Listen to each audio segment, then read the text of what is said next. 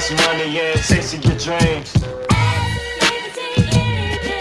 Easy beat, turn the place, everything. Marriage and relationships are not about rings. Trying to raise a family is so insane. He tries to keep politics off the brain. But sitting in the questions, he might just scream. Business and entrepreneurship is his thing. There is society, then there is reality. That's my dad. That's my dad. Welcome. I am your host, EBT, and you can ask me anything. Look, I got a lot to talk about today. Really quick, my day has been a little bit tiresome. Had to get up super duper early. My son is playing flag football, and they had pictures today, so they had pictures in the game. And I was hoping they would do a little better, but the team got beat pretty bad today. So they got to go back to the drawing board. A lot of work to do for them to improve. But I appreciate that my son is committing to something. He really likes it. He's not a big sports kid, but he really, really enjoys playing football. So that's interesting. I'm not sure if it gets to a point where it involves tackle, will I let him do it, or will I be okay with it? Obviously, he can do what he want to do as he gets older, but right now he's enjoying being in the team environment, and I'm loving it. The team has some work. They got a lot of talent, but they have some work they got to do. But it's always enjoyable to get out there. I mean, I hate to see them lose that bad, but it is what it is. And now today is we have to go to a friend's house for a Halloween party, so I have to get ready for that. Got to eat something when I get from here and probably try to take a nap before we go over to the house. So I have a lot to do, so I want to jump right into all the things I want to discuss today. First, I want to go through a couple of tweets. The first tweet, a lot of them are going to be about Elon Musk and Twitter. Obviously, that is the hot thing right now. Elon Musk is taking over, and it's apparent he's going to do a lot of things differently. So I'm super excited about what's to come. Twitter is one of the best platforms in terms of getting your voice out. It's where I get my news. It's where I keep up with most things. When I did get off social media for the almost 4 months, I did keep Twitter because Twitter kind of keeps me up to date on certain things. But anyway, the first tweet said comedy is now legal on Twitter. I thought that was pretty funny. The next one is it's hypocritical to claim not to support hate speech, yet billions of dollars mass marketing music that glorifies murder, drugs, and anti-blackness. And that's going to be part of what I'm going to talk about today about what can we say. It's just interesting to me how for years, how the music culture has been destruction, kill each other, how we talked about WAP and that culture now with young girls and glorifying certain things from that perspective, how we can just talk about gang violence, we could talk about killing, we could talk about so many things when it's the destruction of our people. But the moment you say something that may or may not be taken out of context, obviously we all should be entitled to our opinion. We all should be able to speak freely. Obviously, there are consequences with things you say, but you still should be able to speak and at least be heard enough to be able to explain why you said what you said or why you did what you did. But it's like as soon as that's said, it's like boom, throw the hammer down, throw the person away, cancel the person. But for years, we've promoted the violence within the music, and people have made money off of it. But now it's like, let's see where we go from here. So next tweet, Elon Musk again. Twitter will be forming a content moderation council with wildly diverse viewpoints. No major content decisions or account reinstatements will happen before that council convenes. So he's talking about will people like Donald Trump be reinstated?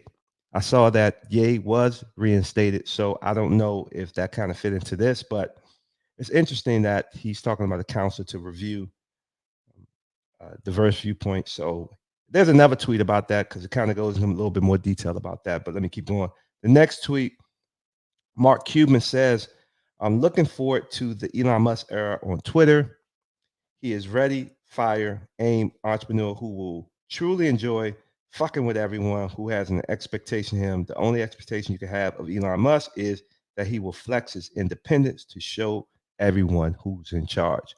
I agree. It's so interesting that he has the wealth that he has, that he runs Tesla, SpaceX, Solar, I think Solar City, now Twitter.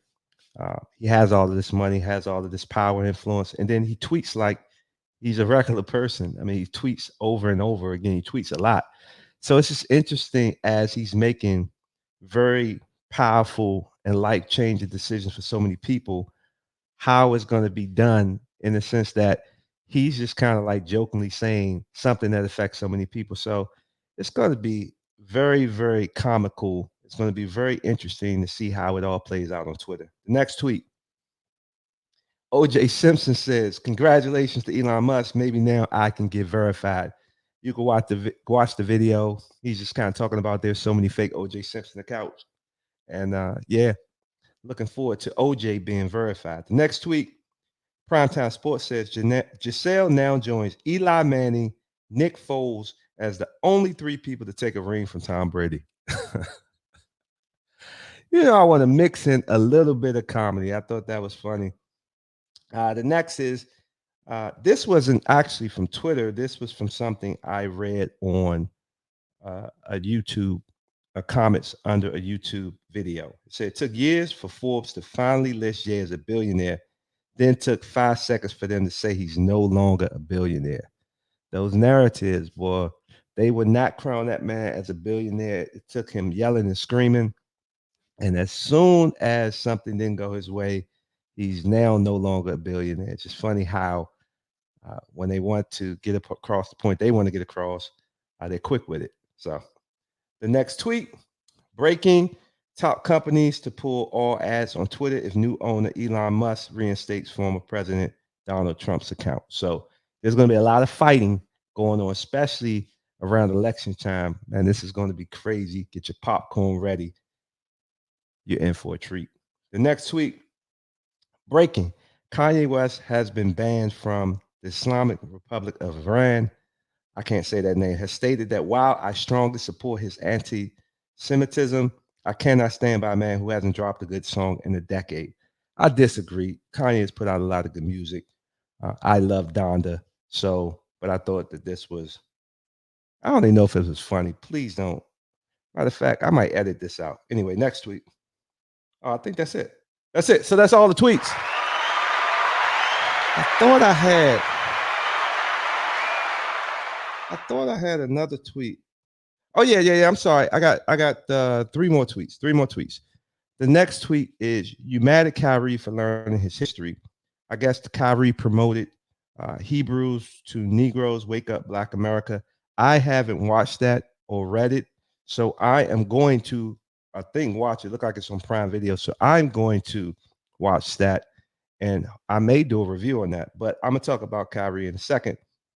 The next tweet, this is also about Kyrie. So basically, ESPN reported Nets owner Joe Say issued a statement Friday night condemning Kyrie Irving's decision to promote an anti-Semitic film and book on his social media account. So that kind of corresponds with the last tweet.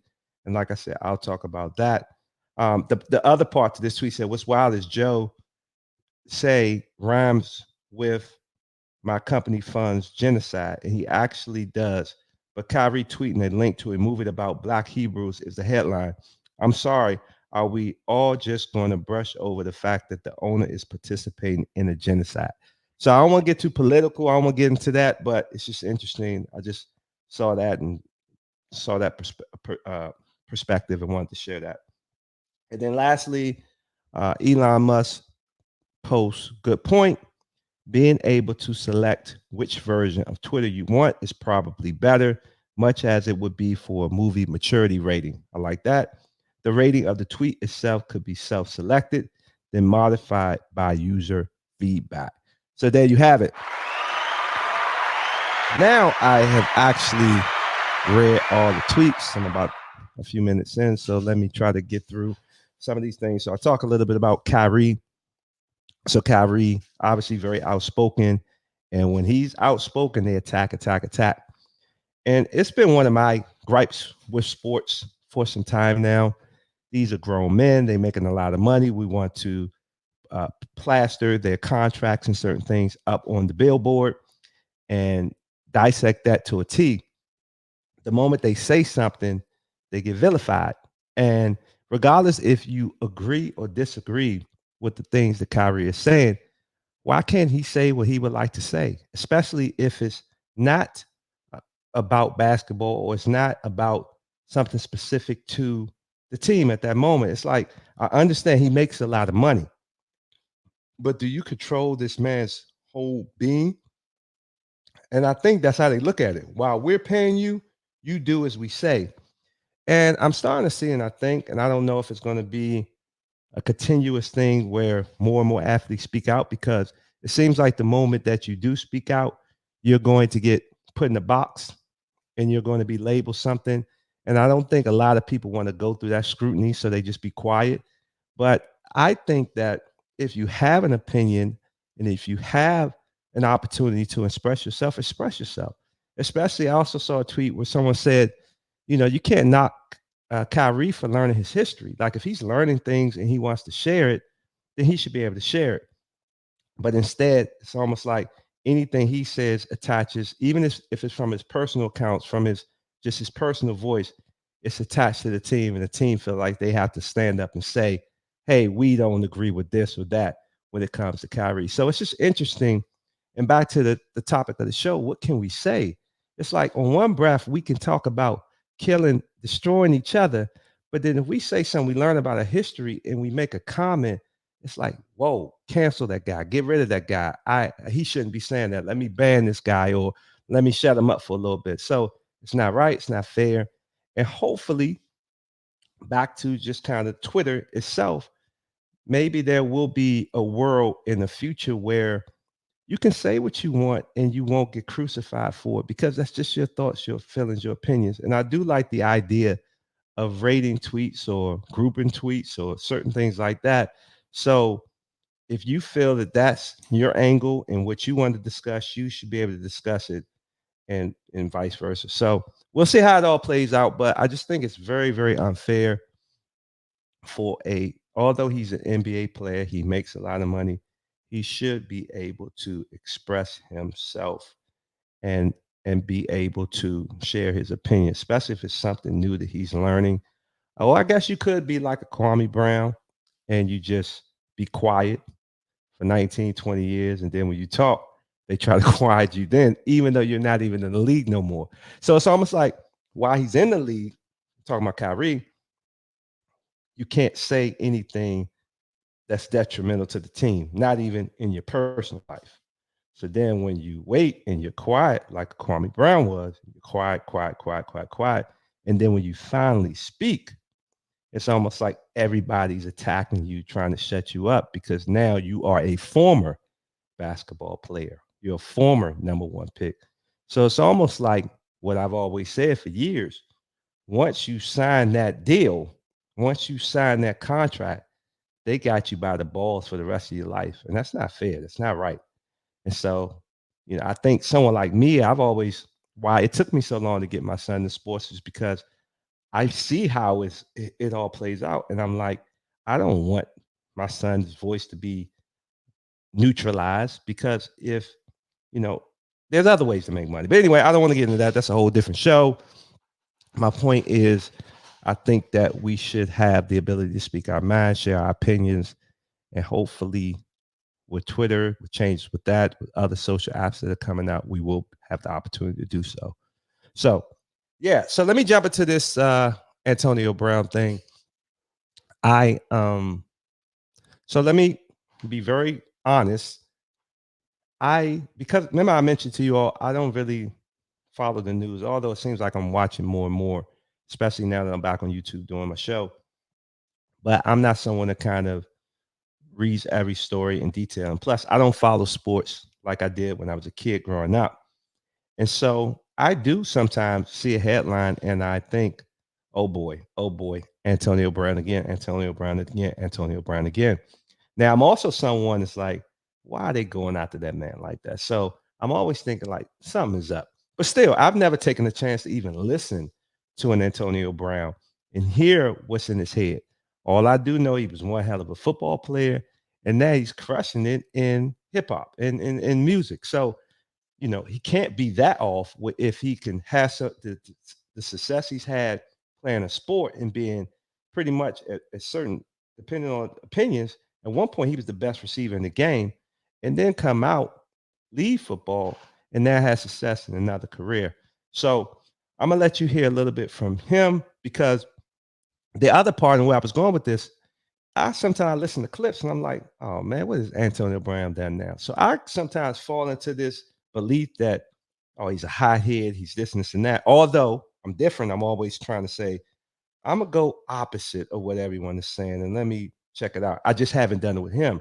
But now listen to this interview, I'm like, oh, this is a pretty sharp dude. And the crazy thing, definitely go check out this interview. The crazy thing, you read all the comments, they're going to get you to believe it. Antonio Brown's just an idiot. He's dumb. He's off his rockers. But if you really listen to what he's saying, the man is sharp. So anyway, we all got issues. So I'm not, excusing any bad behavior he has, I have, or anyone has. I'm just saying when I listen to this, it opened my eyes a lot. So let you hear a little bit from this interview. And like I said, don't just fall for sound bites because if you go on Twitter or if you just listen to the news, they're gonna clip it up and they're gonna make you seem like he is that idiot. But then when you listen to the whole interview, it tells you a little bit more. So hopefully I can bring some light to that on some of the parts that I read. So let me play a little bit of this. This is the first part when the guy introduced them and just kind of hear Antonio Brown's response. We got a special guest here for you, the one and only Antonio Brown, AB. If you don't know who he is, let me give you some stats for those few of you who don't know who he is. 7-time Pro Bowler, career touchdowns, 88 of them. He became the first NFL player in the history to have 1,000 receiving yards and returning yards in the same season. It was his second season when he did it. He loves Pilates. He loves swimming. His motto is chest up, eyes up, pray up. He was drafted sixth round, number 195. Brady was 199. Played for a handful of teams. Did great for himself in the NFL. Had a $68 million contract. 5 years with the Steelers. Signed another one for 3 years, I believe, with the Raiders for $50 million, 3 years. Done a lot. It's got a big hit right now. The hit song, I think, is called Put That Shit On. You hear it everywhere.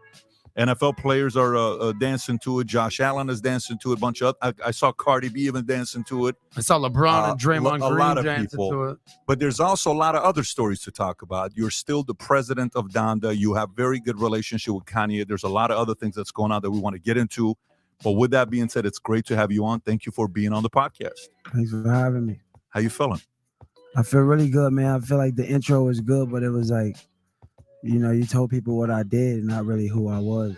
You introduced me as, we got Antonio Brown. You talk about all the things I accomplished, but it wasn't like who I was.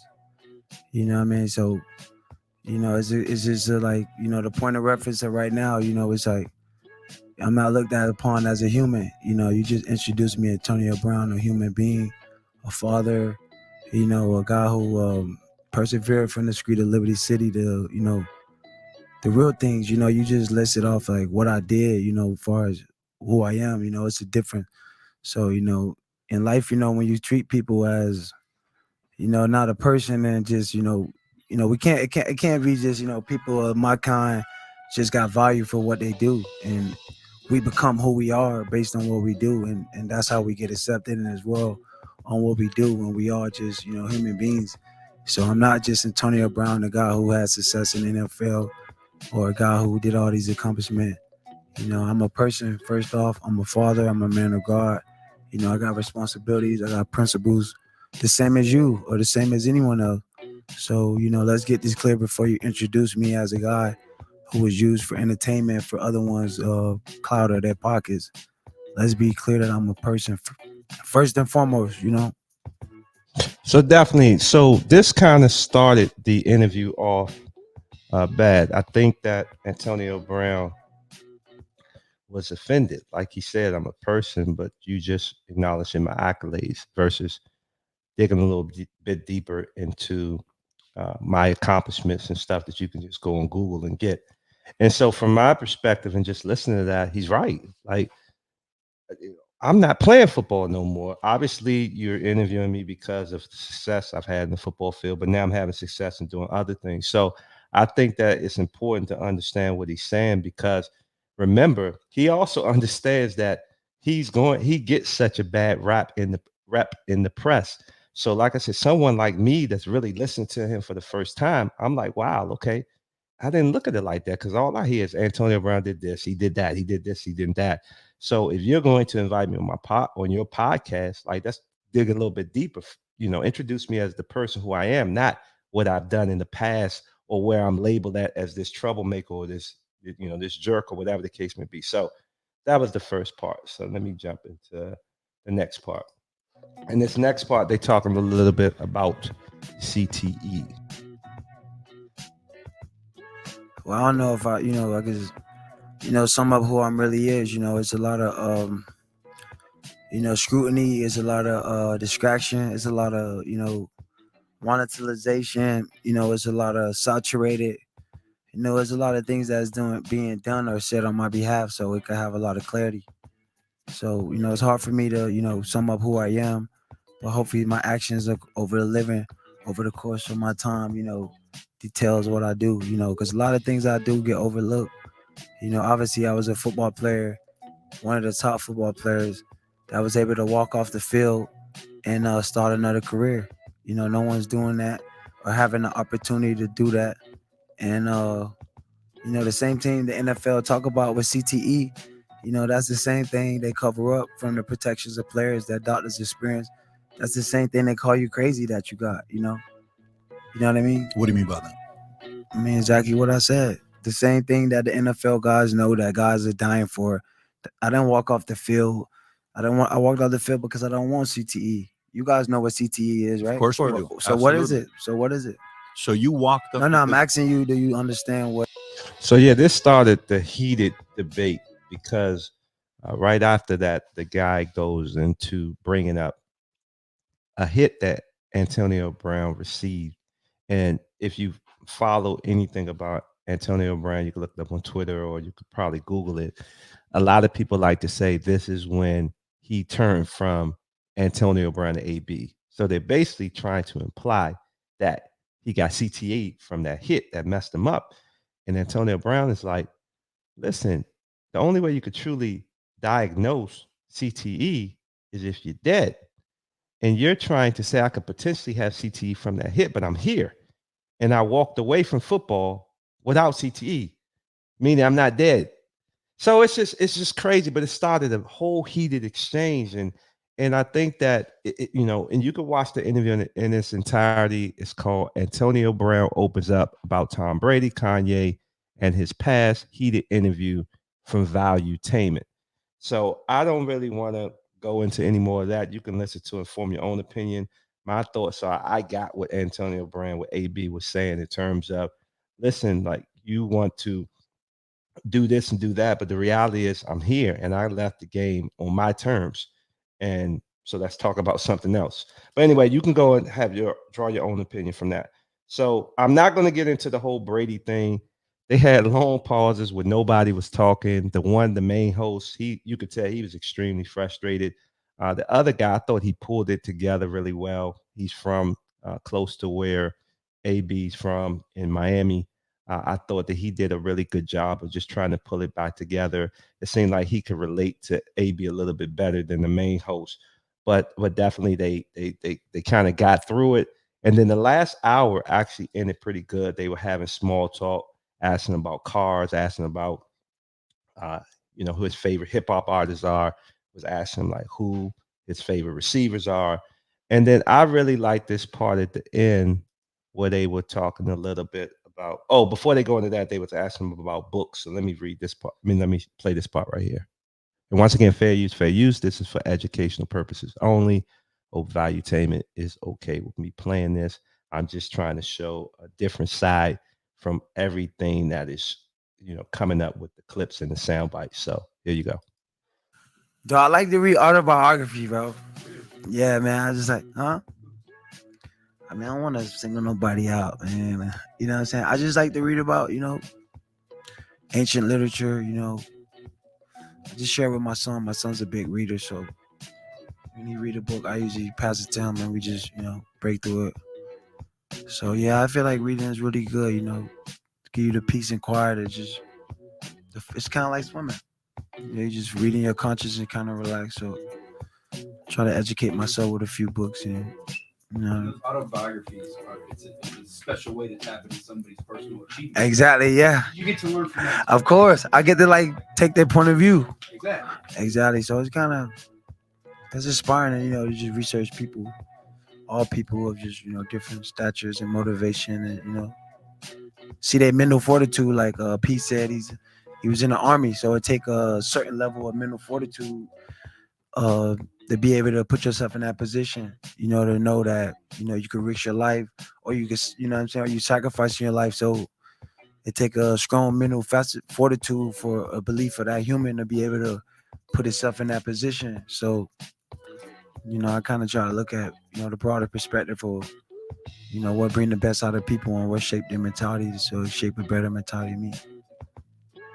I think we got to be very careful when we judge athletes. Obviously, you play a sport. You've been playing it since you were young. You excelled in it. Obviously, you got an opportunity to play for a good high school, then go to college, and obviously go to the pros. And oftentimes, that doesn't mean that you're going to be a social advocate. That doesn't mean that you're going to be an expert on all things life, right? So, I don't think, for me, even giving my reaction to this video has anything to do with, hey, follow Antonio Brown. He's the leader of Black people. No, I think from my perspective, I want to just share a different angle, because if you look at it one way, they're making it seem like that Antonio Brown's this bad guy. Like, even I didn't want to talk about the Brady part, but the Brady part was interesting. He said, well, why you and Brady were like BFFs when you played with him. He never threw you under the bus. And Antonio Brown pretty much said, we weren't BFFs. I mean, some people play the media angle a little bit better. They portrayed that they were, but they weren't. And Antonio Brown was basically like, and the guy was asking, why did you put Tom Brady is going through a divorce? And why would you put a picture of his wife, or soon to be ex-wife, and you on his shirt? And he's like, it's a meme. I mean, people do it to me all the time. He's basically like, that's not my boy. We're not best friends. It was funny. I did it. I'm not saying I agree. I'm not saying it's something I would do. I definitely wouldn't do it. But it's a shirt. Who cares? Like, it's funny. So, and they weren't boys. Like, no matter what the media tries to point out, I think the reality is, us as consumers, we fall in love with these characters that we see in sports and entertainment. And the truth of the matter is, that don't mean that they have a real, genuine relationship. That's what's portrayed to the media, to us. So, I mean, portrayed through the media to us. So, yeah, I just want to kind of show a different angle, because once again, if you don't listen to this person, you're going to believe whatever is pushed out there. And this is a good segue to the next part, because the next part, he talks a little bit about how his career ended. So I'm gonna let this play for a little bit. And once again, this is fair use, fair use. I hope that there's no issues with playing the audio. So let me let this go. And those type of moments, you know what I mean? That's what it's all about. You know what I mean? Being the light. You think you deserve to be in the Hall of Fame? I mean, as far as my work I put in, of course. But, to no one could feel deserving. I don't feel entitled and deserving. I mean, I don't live and count on it like, I got long hallways in my house, I call them the Hall of Fame.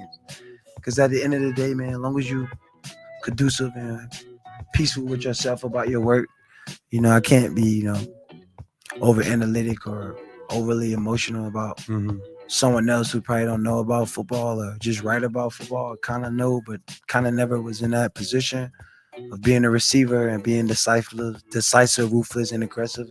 Imagine someone in your face every play. You gotta, you know what I mean? So, different mentalities I take, even from Liberty City, surviving. 58 Terrace was a block of John Doe. So, taking that mentality of survival. You know what I mean? To travel away to Central Michigan, never. If you don't know anything about Liberty City, definitely look it up. That's where AB Antonio Brown is from. Very, very tough neighborhood. I'm in Miami. I'm very familiar with it. I'm not from it originally, but I know a lot about Liberty City. So definitely look it up. So that's what he's talking about when he say Liberty City. So let me let it keep it going. have been, and making it as the 6th round, and you get successful, and then I kind of outsmarted the NFL a little bit. My contract was up in 2019 with the Steelers, and kind of took it upon myself, and I just knew how the market go. The new things with players and teams, they pay one receiver, then they hype up the other one. It's like, you know what I mean? It's a competitiveness upon players because it's a alpha game. You know what I mean? It's a war game. You know what I mean? Who's the best player? So when you come conducive to all those things, you just. But in 2019, when you signed that contract with the Steelers, Yeah. It was like a 4-year I signed deal. it. I signed it in 2017. It was a 5-year deal for $73 million. Okay. Exactly. I played 2017, 2018. After the season of 2018, understanding what it meant to be marginalized, to be you know what I mean, just to be controlled, and you know what I mean. After that time, I just think I got smart and was like, I wanted out the contract. You know what I mean? Yeah. Like, so I kind of made a Twitter post, and you know what I mean, I was kind of outsmarted and got what I wanted, and I was able to go to the Oakland and was added more money, like you said, into the contract, which never had been done. But obviously, the NFL is controlled by who? The owners. The media is ran by the owners. And Drew Rosenhaus was my agent at the time in 2019. Yeah. And Drew is he worked for the players, but he's mostly worked for the NFL. At the end of the day, players is not gonna always play, so he got a longer relationship with the NFL. So obviously, I was able to get myself out of the contract, which is almost impossible to do in the NFL. Then I went and got more money. Then I get over to the Raiders, and I'm like, well, it really ain't about the money, because if I want to be great and have a chance of winning, I need to be around people that are winners, with the right winning fortitude. So I kind of worked myself out of that situation. And man, look at best with the media play and how things went down. And that year I played one game with the Pats, and I only played 1 year. I met Tom that year for the first time, and I think, he fell in love with, my work ethic and my mental fortitude of being able to, be a professional, pick up the plays, be accountable, and do all the things that take to be an intangible, dependable wide receiver. And I played one game. I think we played down here in Miami. I had a big game. Probably led the team that day. Yeah. And shit, the next week, you know what I'm saying, I was off the team. And what happened? You played one game I that year? tell you what happened. I played one game that year. They paid me like $5 million. But like I said, I had outsmarted the Steelers. I went to the Raiders and had some mishap where it's like, man, I know I ain't gonna win. I just went out. Mark Davis, man, it's not about the money. I got respect for you. I just not, I can't be the best player for you here, man. It's not just, That's Al's son. Of course, it's the owner right now. Yeah. So now he decided, like, AB, I got you. Let me release me. Let me go. I get picked up by the Patriots. I come here, had the biggest game, first game, go crazy. And then the next week, I get infiltrated out the league for, per se, a text. So now I know I'm being infiltrated, because now if I play the year with Tom Brady, what do you think is going to happen when I play with Tom Brady? I'm going to have a lot of stats. With stats comes success, will come attention, will come.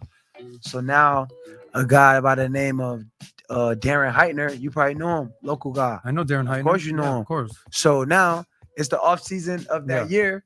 Now the NFL is investigating me. I give them all my phones. When they investigate Tom Brady, they don't take his phones. When Tom Brady needs 15 days off, he get it. When I need a couple days off because I got shit, I'm crazy if I miss the meeting. I'm on TV. So that's why I have problems with. Yeah, that's what I have problems with. So it's like, now I go to the Patriots and I get a chance to have success. But now the NFL is ran by owners that's corrupt. So what do you think they do? They set me up in the media. Darren Heitner, who's not even my lawyer, who's friends with Drew Rosenhaus, they let him accept the suit on my behalf, which is a girl that's claiming sexual assault. You see what I'm saying? A lawyer accepting the suit on my behalf that is not even my lawyer. So now I fall victim to ruin my reputation, being embarrassed from going from being the greatest player on a dominant place to Jerry Rice to they manipulating my position because I told you those moves I made. So now I missed a whole year and I'm dealing with people ruining my that my reputation, based on me doing with business, outsmarting them. Now I'm in this lawsuit and my whole reputation is screwed, right? So it's like, yo, I've been suppressed. You know, I've been through. All right, so I'm gonna wrap it up there. So you guys get the picture. You can definitely go watch the entire interview over on Valuetainment. Antonio Brown opens up about Tom Brady, Kanye, and his past. Heated interview. So you see, he talked a lot about the owners being corrupt. I think that has been an ongoing thing, but it doesn't seem to get any type of notoriety or anything with the mainstream press because obviously they have all the money. But it's not out of the line of question when you actually have a player outsmart a system and do really well, and then he won't conform. So now throw him under the bus, make him look like the bad guy. And next thing you know, he's out the league. I've seen it with so many players. And that's part of the reason I don't really subscribe to sports as much. I watch it for purely entertainment at this point, but I don't get any deeply into it like I was when I was younger, even in college. I don't do it because when you see how players do get blackballed and you see how one little thing can change the image or the perception of a player. Next thing you know, bam, they're out of here. I've seen people like Iverson. I'm not even gonna go into names. I've seen a lot of players what that happened to. So definitely take the time to stop just listening to sound bites. Stop just listening to the narrative that they put out there. Actually go and listen. And when I listened to this, I heard a very, very intelligent man that's very smart. That's his own man. That's a man of faith. Um, obviously, I can't speak specifically about that from what I hear. I could tell this guy, I believe this guy has good intentions. Obviously, we all have challenges, concerns, and things that we don't do right or say right or act right all the time. But I see someone that knows what he's saying and knows what he's doing. So I think that's it for me. I think I had one more point. There was another point, but it slipped my mind. Yeah, I got a lot of stuff to do. I guess just to kind of finish the part or just come back to the topic of the show, what can we say? I think that part of the problem is, oh, I know what I wanted to say. I actually got flagged, I think yesterday or the day before yesterday for a video, something about uh, there was some hate speech in my video. And if you know anything about me, I don't speak anything hate. I just don't. And if I think it's hate, I won't say it or I won't put it out there. But I will be honest, I don't know. Obviously, I have read through the YouTube guidelines and certain things like that, but I know what I put out there, and what I put out there is not anything hateful. But it just goes to show when we are on these platforms, when we are dependent on these platforms to get our voice out, we are limited to the owners of the platform. So hopefully, with people like Ye creating his own content, his own platform, hopefully with people like Elon Musk, who seems that he is a person of the people, although I've been seeing so much stuff about Elon Musk. Like I know what I read, I know what my perspective of him is, but obviously there's a lot of people who don't like him. But maybe he might open up the floodgates and allow us to have real freedom of speech on Twitter. Hopefully, with my platform, when it does come out, that we give people the opportunity to voice who they are and be themselves because it's not fair, especially as a black man, that we can't really say much unless we are destroying our own, and that's not right. And I think there has to be a change, and hopefully more people start to see this, whether it's Ye, whether it's Kwame Brown, whether it's Antonio Brown, whether it's Kyrie Irving, more people speaking up and speaking out and basically saying, hey, this is what I believe, this is my opinion. I shouldn't get canceled for it. So hopefully people start to wake up and we start to do some things differently. So I'm out. Y'all enjoy your Saturday. I'm gonna spend some time with my babies. We're gonna dress up and we're gonna have some fun. Peace.